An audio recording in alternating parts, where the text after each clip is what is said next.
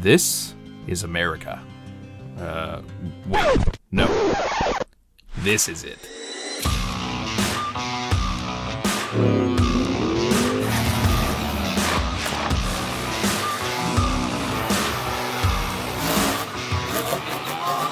The land of pure excess. The land of cars that make tons of power. With terrible interiors. A land where we've been sticking engines that are way too big into cars that are too big as well. And we've been doing it for over a century. But somehow we never made a proper supercar. That is, until a man named Steve decided we really should. Today on Overdrive, this is the story of the fastest, nastiest, most unapologetic supercar America has ever built. The Saleen S7. 550 horsepower. Mid-engine, ultra lightweight, doors that open up the wrong way, hand-built, and able to leap a tall building in a single bound. Or at least able to hit 100 miles an hour in the same amount of time it takes a Supra to hit 60. It is, by all accounts, a supercar.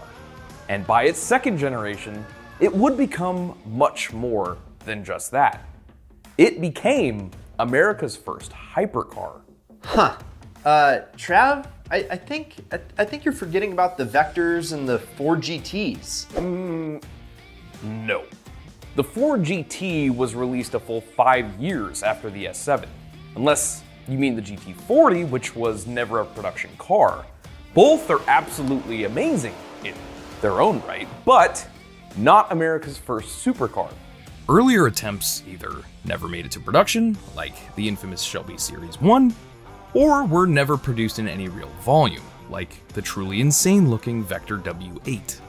There were only ever 22 of those. Or less, if you only count the ones that actually ran.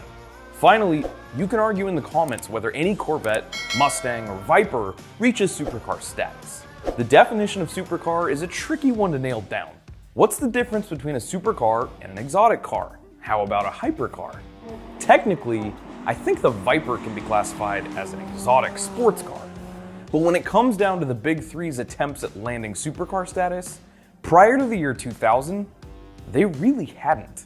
The new C8 Z06 might, and the late Viper ACR with its record-setting 7-minute ring time definitely is. But the truth is, nothing like the S7 had ever come out of America, which is frankly insane to think about. Americans, we don't like losing. Yet, in the 80s, there simply wasn't a truly fast car in the red, white, and blue. The Germans had the Porsche 959. The Italians had Ferrari F40 and a host of fast Lambos. Even in the UK, Jaguar had a car that could hit 217 miles an hour. All while a Mustang at the time could barely eke out $150. Then there was McLaren, who way back in the early 90s produced a car that absolutely blew everything else out of the water. Arguably the first ever hypercar, the F1, which would reach 240 miles an hour. At the time, GM and Chrysler built some quick cars, but nothing downright fast. That didn't sit well with Mr. Steve Saleen, an ex-race car driver that specialized in building really fast Fords. Born in LA shortly after World War II ended, this was a guy that seemingly stepped right out of elementary school and into the world of racing. Porsche racing, Formula, SCCA Trans Am. He was always behind the wheel.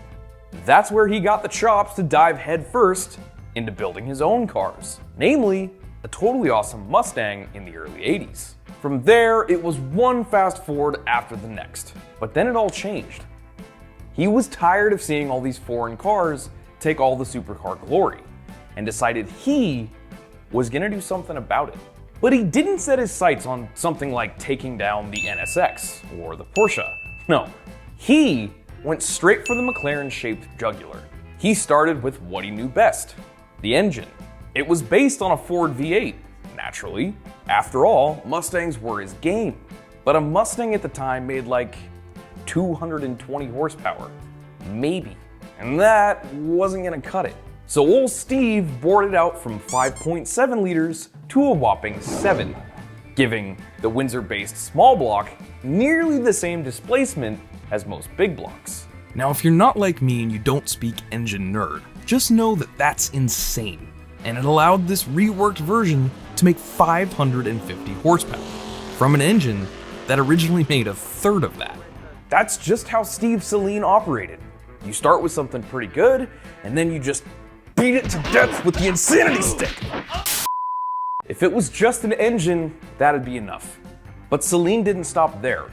It had a body of carbon fiber wrapped around a space-age lightweight honeycomb frame, and enough aero to, get this, literally drive upside down at 160 miles an hour, which it could do.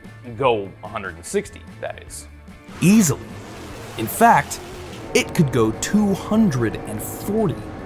On the inside, well, it's an American car that's really just a race car.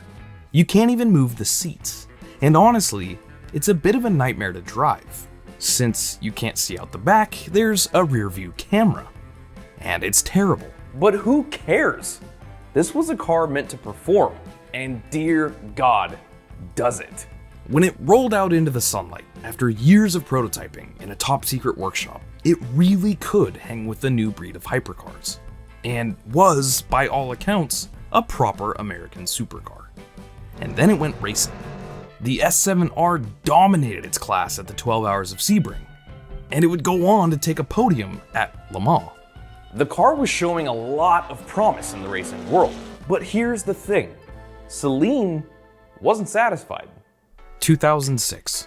The Porsche Carrera GT is being called the greatest car ever, but the reworked, more powerful S7, which came out in the same year, is somewhat unheard of outside of a few hardcore enthusiast publications and forums. I've gotta wonder if that's what motivated Saleen to rip out all the stops and build what is truly one of the wildest cars ever produced. With the addition of two massive Garrett turbos, the S7 was transformed from an untamable, insane road car into pure, unbridled fear on wheels. 700 horsepower, unlimited grip, steering that, to quote journalists of the time, put the Porsches to shame. So what does that mean? Well, think of a fast car, like a Lancer Evo 9. At the end of a quarter-mile sprint, the Evo 9 has an ET of 15 seconds and is doing about 100 miles an hour. The S7 twin-turbo left the finish line behind nearly 4 seconds prior, cruising right past 160 after just 15 seconds, and keeps digging to its top speed of 250.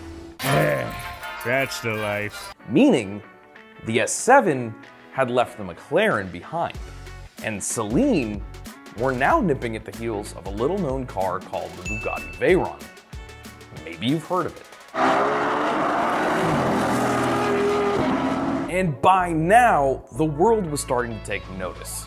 In no small part to it getting its moment on the silver screen, they used it in shows like Entourage, and Bull Run, and the Knight Rider reboot. It was cool enough to earn a spot in Tony Stark's garage, and you can see one racing in the Need for Speed movie. But most importantly, God himself chose one as his chariot of choice in Bruce Almighty. Simply put, the Saleen S7 is one of the fastest cars you could buy in the 2000s, and it still absolutely holds its own today. At least, it will, until its replacement hits the streets. There was this announcement from Saleen about the S7M. It was going to be the ultimate S7, with more than 1,200 horsepower, and aiming to take on McLaren once again, now that the P1 was reigning supreme.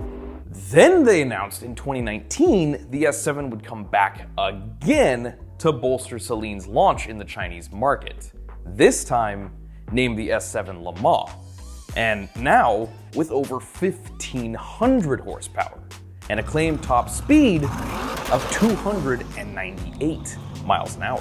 One can only hope that car actually sees the light of day. For now, we've got the Saleen S1, a car that is actually a hell of a lot slower than the old S7.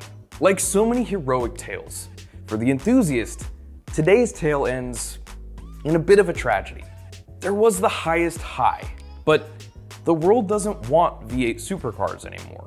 And Saleen as a company has ended up in a really weird place.